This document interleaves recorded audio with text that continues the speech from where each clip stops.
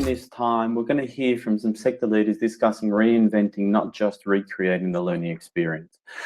Grainne Oates will be a moderator, and I introduced her briefly, but let me give you a full introduction to her. Grainne is an entrepreneur and award-winning educator. She is the CEO and founder of Quitch, a content-neutral gamified mobile learning platform. She's a passionate educator and driven to improve learning outcomes for students. Over to you, Grainne.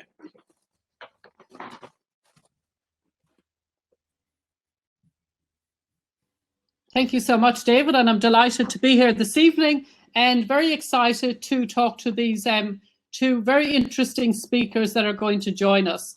So I have prepared quite a few questions that I'm also looking forward to speaking with.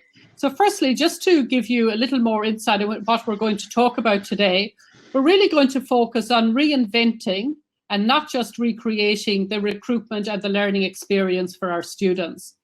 So we know, and I certainly as an educator and many academics across the world will agree with me here, that domestic university students, we've seen they've been looking to attend lectures, but attend really in a hybrid kind of format. Looking at that, we can see that, and that's been the case for a very long time. But the pandemic, of course, has forced that on every student. And therefore, we would want to look at remote solutions. We now really have the opportunity to not just reinvent, but to recreate the way that we deliver education and indeed the way that we recruit our students. So we're going to examine some of the current expectations of our domestic and international university students. And we're also going to look at exploring how the digital technologies that we have today, how these can be integrated with the physical campus to give the students the best possible experience. And we know, of course, COVID, the pandemic, has really pushed us along perhaps faster than many universities were thinking about going, but I think that's probably a really positive thing. So what I'd like to do at this stage is to invite our speakers who are on the panel today to join us. So Neil and Safi, I'm looking forward to speaking with you both today. So hi, Safi, how are you today? Hey, good, thanks. Great, thank you. And Neil, how are you? Neil, we can't hear you there. Can you just make sure that I couldn't hear. Yeah, oh, and sorry. Safi, you're yeah. great. Pressing Excellent. the button the Thank wrong you, way. Neil. That's okay. Just want to make sure you're with us. So Safi and Neil, I'm going to get you to do a bit of an introduction, both about your companies, but also about yourselves and some of the research you've done, and a bit of a bio, so the audience can understand a bit of your background before I launch into some questions. So Safi, we might start with you this evening. Sure, thank you. So my name is Safi Obeidullah. I'm a field CTO at Citrix. Citrix is a company that has been around for over 30 years, and really we've focused on enabling people to work from anywhere. And work, I say, from a corporate perspective, but equally we work with a lot of education institutions, be it primarily universities, but also K-12 institutions as well around the world, to really help students access the resources, the IT resources they need to learn from anywhere. And we've got a lot of existing customers here in Australia, be it in Sydney or Adelaide or Melbourne as well, and really pleased to be here on this panel. Great, thank you very much, Safi. Great to have you here. And Neil, I'll jump across to you now, and if you could introduce yourself and also IDP and what you guys do. Yeah, listen, thanks very much for inviting me to the stage today. It's a pleasure to be here. Thank you for your time. My name is Neil Pearson. I'm the Chief Digital Marketing Officer here at IDP Education, based here in Melbourne. And if you don't know IDP very well, then we're one of the largest recruiters of students globally around the world for international student study. And we're also co-owners of the IELTS English language test, along with the British Council on Cambridge Education, delivering the English language test around the world for global citizens to migrate and study abroad. So here, I guess today, part of my role is to represent international students. I'm certainly not a futurist, and I'm not sure anyone should have a job in futurism given the last 12, 24 months, but I've been working in education and technology for about 20 years. So I think given that top of the funnel experience of where we're seeing student placement and the IELTS English language test going, hopefully can provide a bit of a unique view about what we see student opinion is feeling right now and what they're looking to do, and also where we think technology can play a key role, particularly in recruitment. Great, Neil. Will we look forward to hearing more in detail as we work through our session this afternoon. So, Safi, I might start with you. And some of the things I've been looking at, and we know that there has been a preference for a change to the hybrid model, if you like, of delivery. And if we look at it, I think the research tells us about half of the population of students have been wanting that hybrid model for some time. Can I ask you, how do you feel, or how can you recommend we nurture and create a cohesive experience in terms of post-COVID to deliver in a hybrid way? Yeah. What are some of the things you would suggest? Yeah, I think for me, the place to start actually is make sure that the learning experience for remote and on-campus students is equal. Because what you don't want to do is disadvantage people who are remote and provide them with a substandard experience, or they can't access all the resources that they need to complete their units of study. So I would say if you're going about designing what that cohesive experience looks like, start with that in mind. You know, I think a lot of institutions, both education and in the workplace, had to quickly respond to the pandemic and the lockdown and put some sort of solution together. It's probably not the ideal solution. And so now as we go back and recognize that remote learning, as with remote working, is here to stay, then I think it's important that we go back and look at the solutions we have in place and make sure we've established and designed them in a way to set people up for success. And so for me, it starts with that, you know, making sure it's equal. I think the other thing to keep in mind is, how do you stimulate a collaboration and that social interaction as well? It's one thing to provide all the IT resources and documents, and all those different things are easy enough to do. But one of the biggest things about the university or learning experience is sharing and collaborating with other people and students. And how do you make sure that happens in an equivalent fashion? And again, not disadvantaging anyone who's on campus versus remote. And in some cases, you may need to create opportunities for social interaction and people to actually mix. So it's not just about attending a class or a tutorial. It could be for more social activities that are done through a remote platform. Thanks, Safi, for that. I think that's a really important point you make about that collaboration and sharing, and make sure that either the remote or the student on campus is not disadvantaged. So we'll come back and discuss that perhaps in more detail a little later. Neil, I'll ask you a question next. So in terms of that international student recruitment, how has your organisation, so how has IDP helped universities to reinvent the way they recruit international students during COVID? What changed? What changes did you see on the ground, and what can you recommend for us? Yeah, I mean, there's a lot in that. I'll give it a go. I mean, certainly, you know, everyone overused the word pivoted and did a lot of that. Probably it was really scrambling around a lot and really just trying to make things work. So that's that point about recreating. I think we stood up around the world virtual events. We didn't have people working in our offices. We couldn't have universities coming to see us all around the world. So obviously we stood up virtual events at scale, right? So 60,000 students in Q3 alone last financial year, which has grown and grown. We set up virtual counselling, so the ability for anyone wherever they were to be able to have an experience where they could speak to a counsellor and get the kind of one-to-one service that they would expect. Wherever they were around the world, but we're not alone in IDP as any other business at that point in time. We were all just trying to get the lights on, right, or keep them on. I think everyone around the world was pulling miracles operationally, but standing back and looking back at the year with now a little bit more time, I think we can all admit that some of those experiences weren't as brilliant as they could be, right? Some of them were really recreating those experiences just to keep the lights on, rather than really using technology to fundamentally reinvent them. So what we should be doing with technology is obviously just making those things better than they are. And I think obviously, whilst we were trying to get the lights on, we didn't really have time to think of those experiences, as Safi alluded to as well.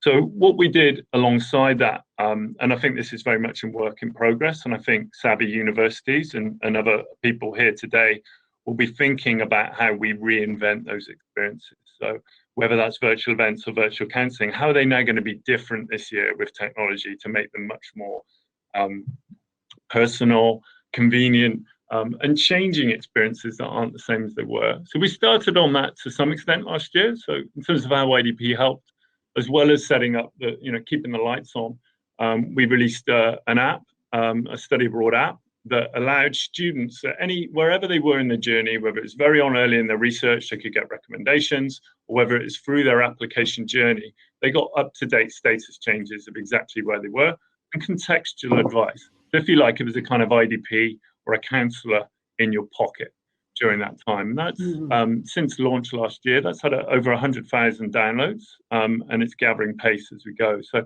building a lot of momentum there, and certainly there's an audience and appetite for that omni-channel experience. So we've moved from physical and some digital presences now.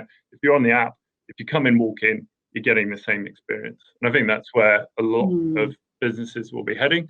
The other thing we did was with our IELTS English language test, we had the ability to take an indicator of how you're doing in an online test. We stood that up really quickly because it was, many people around the world just couldn't take the English language test in test centres. So that product was called IELTS Indicator.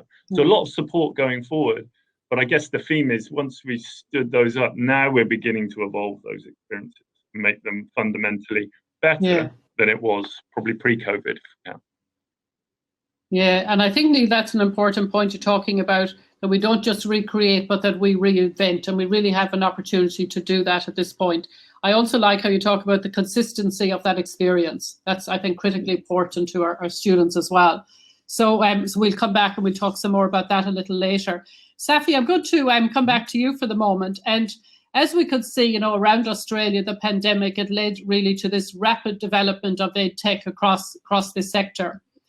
In terms of, I'm interested in your view here, do you believe the success of these kind of rapid updates, if you like, will inspire universities across Australia or globally indeed, to continue moving in leaps rather than the baby steps we've kind of seen in the past? I definitely think so. I think, while this pandemic and lockdown obviously is not a good situation, it has spurred innovation. And we've seen that in the workplace. We're seeing it in education institutions, in all walks of life, where people are putting aside the way things were done and really looking at how do they create more adaptive and more agile business models. And in the case of education, it's equally important as well.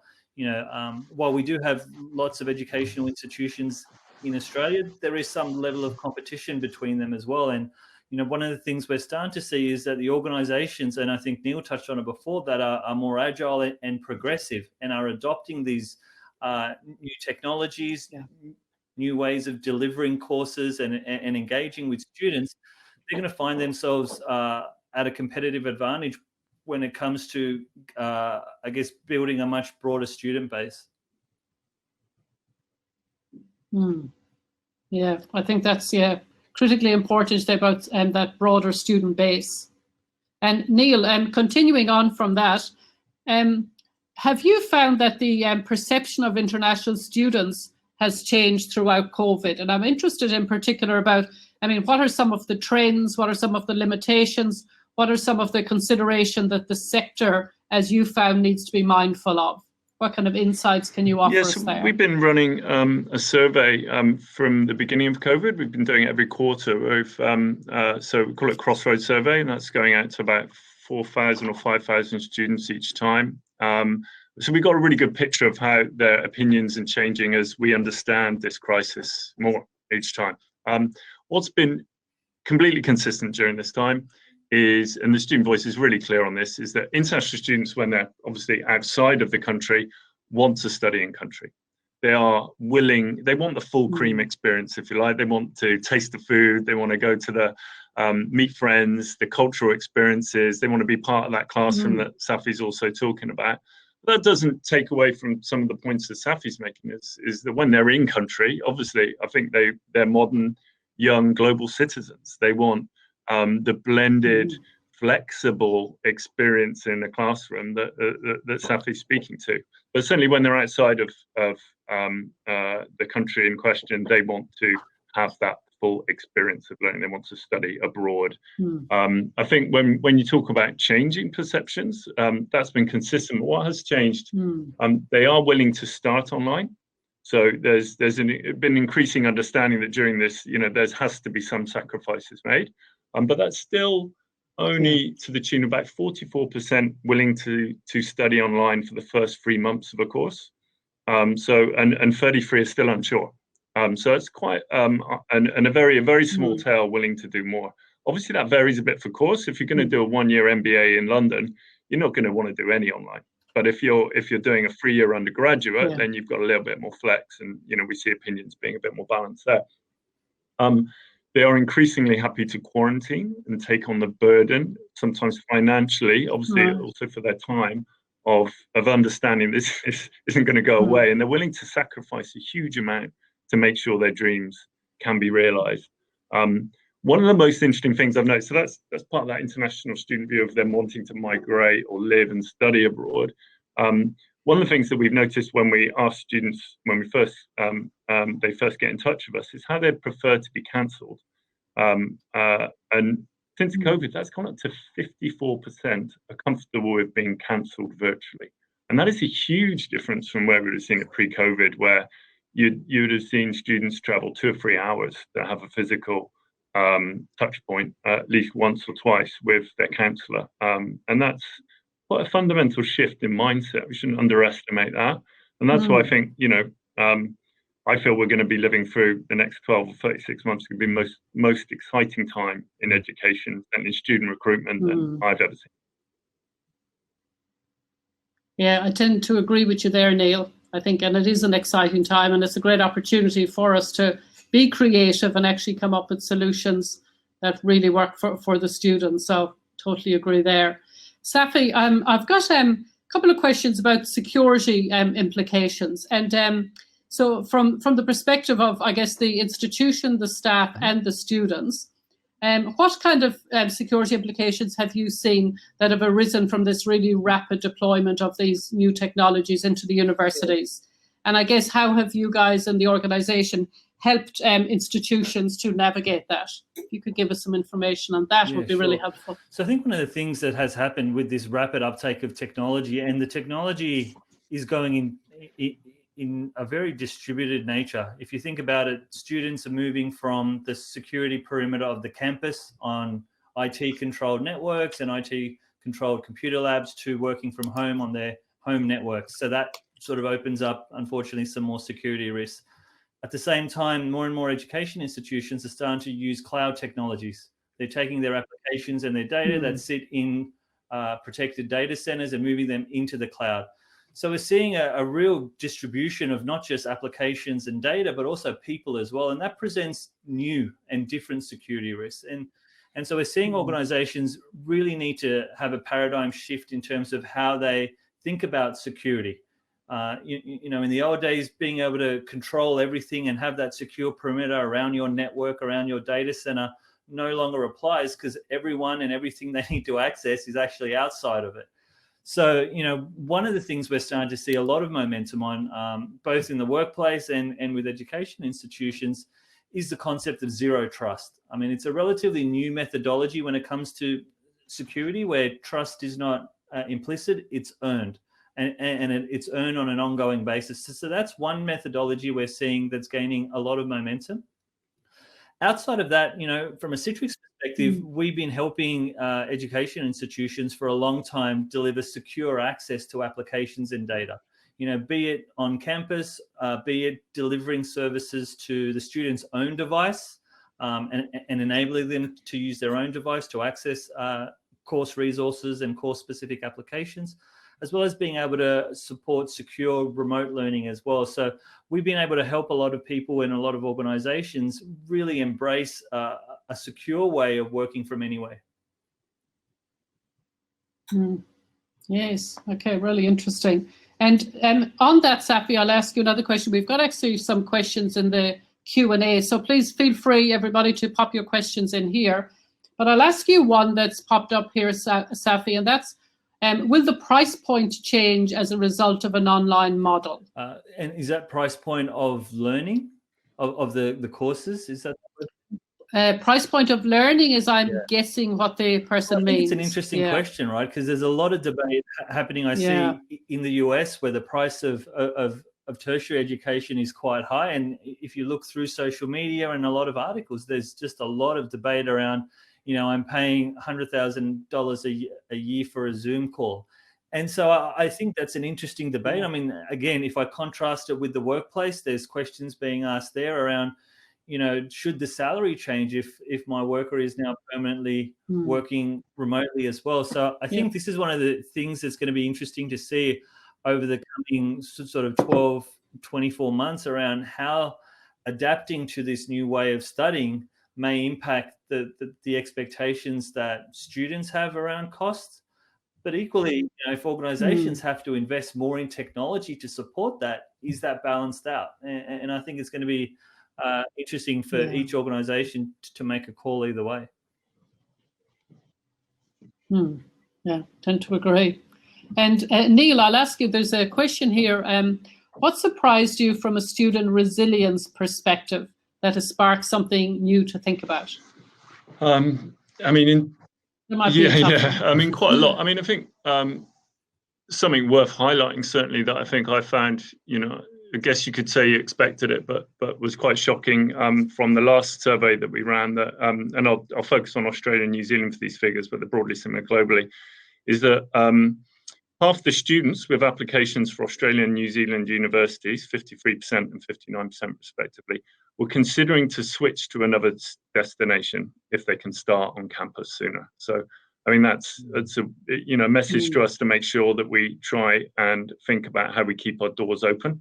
In a way, it's not a tremendous surprise. It's a bit startling, given that they're on that application journey and they're looking to go that far. But I mean, I think what's always been true is that students are determined to pursue their dreams, and that's rung true here. And they'll continue to go where they're welcome and when they're able to have the ability to pay back that huge investment with post-study work rights or whatever. So if there happens to be a president in the US who's not very palatable for 4 years, well then, Canada seems to get the benefit from that. But net migration stays the same. The students will go where they're welcomed and where they have opportunity to be global citizens. So I guess it's not surprising, but it's quite startling how willing students were there to be able to change their model of mind. Yeah. So they're a resilient lot. Yeah. I guess we know that about students. It's a big deal to travel and do all of that in a new culture and a new city. So yeah, not surprising they're resilient in many ways, but had to be much more resilient in the last 12 months. Safi, I'm going to come back to you again. And one of the things I was thinking about is, in order to prepare for both, and we can look at this, there's some major opportunities, let's face it, coming our way. Also, of course, major challenges. And we've kind of hopefully in some way come through some of those challenges, but also they'll, of course, continue into the future.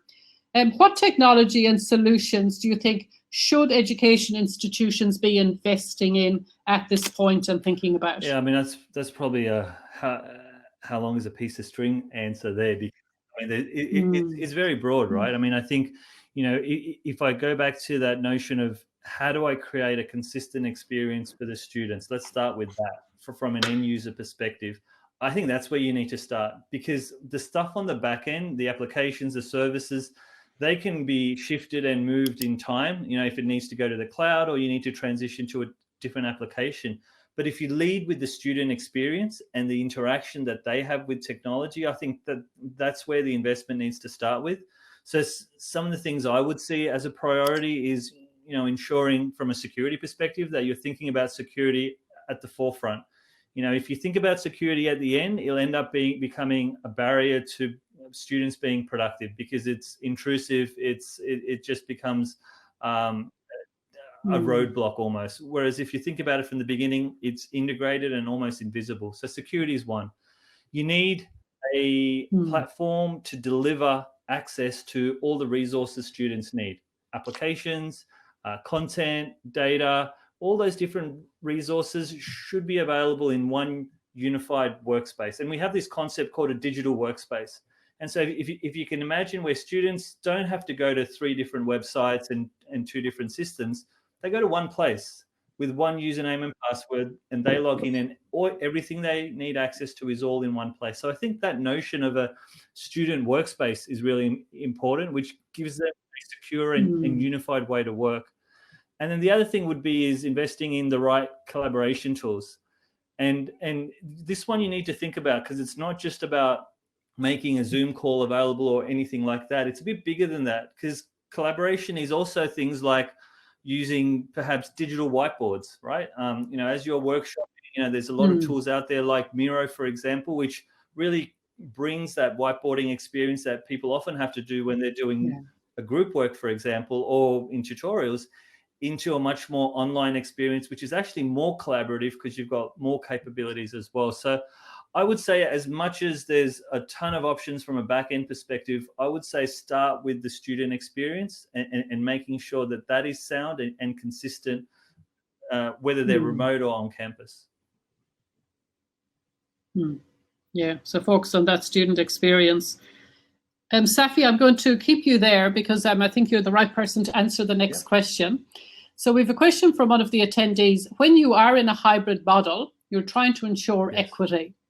How do you ensure that students who study online are able to collaborate and connect when some students are face-to-face? And that, as I mentioned when we talked about the first point, is critical, is how do you do that?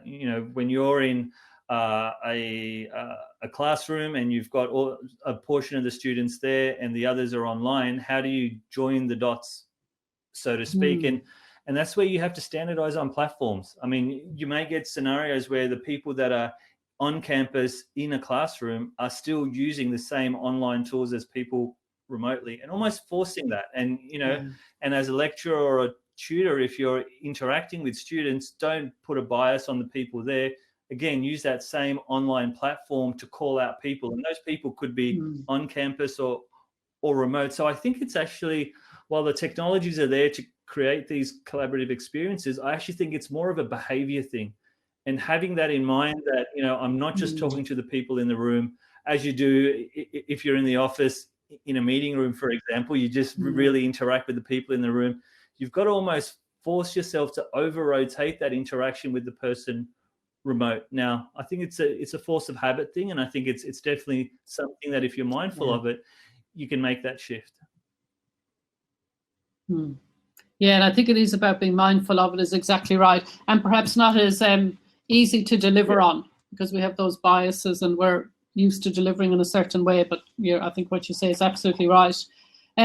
Neil, I'm going to ask you about the future of international student recruitment. What do you think that will look like, and what role do you see technology playing in that? Yeah. So how do you think it will change in the future? As I said, I think this is going to be a phenomenally interesting, 36 months. I think wherever side of where Safi and I sit, is going to be a huge change. There's two reasons for that. I think, obviously, I think technology is reaching a maturity in certain areas where it's possible to do these things better than you would before. So whether it's some of the things Safi's talking about, he's doing with Citrix, or whether it's blockchain for digital certification, or just being able to have a really, really good virtual experience where you've got 10 people in a room and counselling and building a platform where you've got a community of institutions and students and counsellors at one point in time. That's possible now, and the experiences can be good.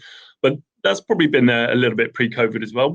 I think the other thing that's flipping onto that is the mindset, right? So that point that students now are perhaps willing to put their trust in something that's virtual a little bit more than they might have beforehand. But so I think those two things together are coming together: the tech maturity and the mindset shift, and that's going to change in terms of recruitment or education at large. From what I can see, I mean, there's going to be a whole scheme, and there are of pieces of the customer journey that are going to be automated, process automation in terms of that operational efficiency. So the scanning and reading of documents using AI, it's quite a laborious process in some cases right now. The ability to understand what's a forgery and what's not, the ability to be able to read that really, really quickly, so you can understand if a parent has a certain amount of money in their bank account for a certain period of time, all that kind of stuff that's done manually right now. How is that going to be automated? And we know that universities are going to have to do more with less for certainly the foreseeable future. So,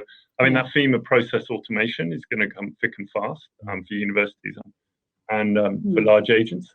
From a virtual recruitment point of view or a student recruitment point of view, I think, yes, we're going to see a lot of transformation, and I'm sure there's many providers that will speak over these last few days on some of those areas. I just think there's two things that we need to bear in mind with those, and one is making sure that those players have scale. I think it's really important. You've got to be able to drive scale. If an institution needs to integrate with the systems, they're not going to be able to do it for something that's delivering 10 finalizations or 10 applications a month. Or it needs to be at scale, and that's an important thing that I think we need to deliver as providers to universities. And the other thing is not to forget the trust. Safi's hinted and talked about that blend and that human experience and that equity. I mean, that's equally important from a student recruitment point of view. So I'm a technologist, as I said. I do not believe that there's an AI out there that's good enough yet to recommend to an individual truly what is the best course for them to take in the best country in the world. It's not there yet. And I think that the decision is high stakes. It's not just a massive financial decision. It's determining their future. And I think we've just got to have the concept of where technology can really automate, make convenient, blend. But we can't forget the human factor in this. I think if it's all solely down to a robot, I think we're misunderstanding the stakes in this decision. So I think there's going to be a huge amount of shift and change, and it's going to be really positive, and we're going to drive a lot more convenience and great customer experiences for our students. But equally, I don't think we can forget the humanity and the trust that needs to be part of what we build. And in that way, it's very similar to what Safi's talking to. You need to have that trust in the room. Yeah. And Neil, sorry to interrupt, Neil, but on that, do you think these tech solutions are they likely to remain post-COVID? Yes, I do. I think the ones that are evolving to this theme, right? If for example, our virtual events experience simply carries on in that pivoting model and that keeping the lights on and that recreating, no, I don't think it will. Those kinds of experiences that people are working on, if they remain the same as they were last year, they won't. But if we're really looking to evolve those experiences thinking actually, what could a virtual event experience be like? Rather than trying to recreate this in a location, I'm going to have a global event, but it's not for everyone. It's just for everyone who's interested in robotics, right? And I'm going to have the best institutions, and I'm going to have the best students there and the best counselors who are experts in that. And I'm going to bring them all together, and they're going to have so imagine almost an always-on live student event. And I think these sorts of experiences are actually, I want to be part of that. That sounds interesting. That sounds really cool. If I'm interested in robotics, I'm going to be there. So it's those sorts of things, I think, where it's the reinvention is the theme of what we're talking about today. That's right. Yeah, absolutely. I agree. And Neil, you mentioned there about that human connection, and Safi, I'll bring you into the conversation here. And I guess it's about that realization of that need for the human connection. And I guess a bit of a reevaluation has occurred on how technology can enable human connection. Could you talk to us a little bit about that? Yeah, sure. Look, I think one of the biggest things out of COVID that we've seen from the research that we've done as well, and as much as new technology has come into the play, is that people have been reminded about how important it is to be human. It goes on exactly what Neil said. I think that human interaction, the seeing someone face to face and not on video, being able to communicate and collaborate and socialize, be it to study, for fun, or for work, it's really reinvigorated the point that there's people behind all of this. It's not just a student with a number or an employee who's trying to do some work. It's people, and we need to put people at the forefront of any initiative that we're thinking about, right? Be it technology, a process change, a new campus, whatever it may be. We've got to start with the people. Like, how is this going to impact people in the way they learn, the way they study, the way they work, all those type of things? And that's the biggest thing for me that we've seen come out of this experience. Yeah, I would agree with you there as well. Neil, on that, everyone, kind of reordered, if you like, the learning experience over the last year. But there's really now a change in the mindset of how people want to use technology. And I guess what we're looking at there is the experience we would say needs to be reimagined to match the altered interests and priorities of both the students but also the institutions. Do you think there's many things that we, in hindsight, that really worked well and that we would like to continue, to maintain? And I guess overall, I'm saying, do you think there's a lot of things that worked well? Yeah.